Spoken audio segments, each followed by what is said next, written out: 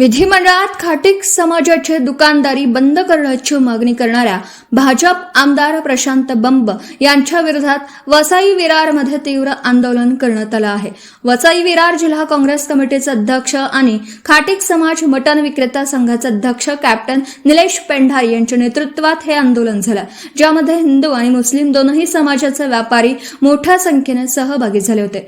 आमदार प्रशांत बंब यांचे वक्तव्य जातीय तेढ निर्माण करणारे आणि खाटीक समाजाला हीन ठरवणारा आहे, असा आरोप आंदोलकांनी केला आहे। संविधानाने दिलेला व्यवसाय करण्याचा अधिकार कोणीही हिरावून घेऊ शकत नाही, अशा भावना व्यापाऱ्यांनी व्यक्त केल्या। तसेच अशा पद्धतीची वक्तव्य न थांबल्यास महाराष्ट्रभर उग्र आंदोलन करण्याचा इशाराही देण्यात आला आहे। मुख्यमंत्री देवेंद्र फडणवीस यांनी आमदार प्रशांत बंब यांच्यावर कठोर कारवाई करावी आणि बंब यांनी खाटीक समाजाची माफी मागावी, अशी मागणी आता जोर धरत आहे।